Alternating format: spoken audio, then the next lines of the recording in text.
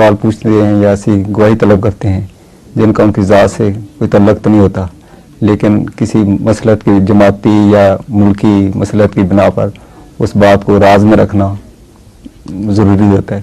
تو ایسی صورت میں یہ فعل قول قولاً سدیدہ کے خلاف ہوگا؟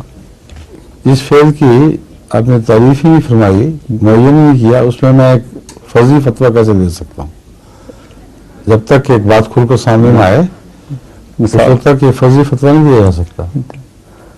مثال کے طور بزنس کے حوالے سے میں بات ضرور کرتا ہوں جی. کہ میں نے ایک گاڑی خریدی کسی 100 پاؤنڈ کی. ٹھیک. ایک دوست کہتے ہیں آپ نے کتنے کی خریدی ہے؟ میں کہتا ہوں یہ نہ بتائیں کہ میں نہیں بتانا چاہتا، لیکن وہ ڈائریکٹ سوال ہی یہ پوچھتے ہیں. آپ ڈائریکٹ جواب دیں. درست جی. اور شدید کیا مطلب ہے؟ جی کہ نہیں بتائیں. نہیں بتانا. درست.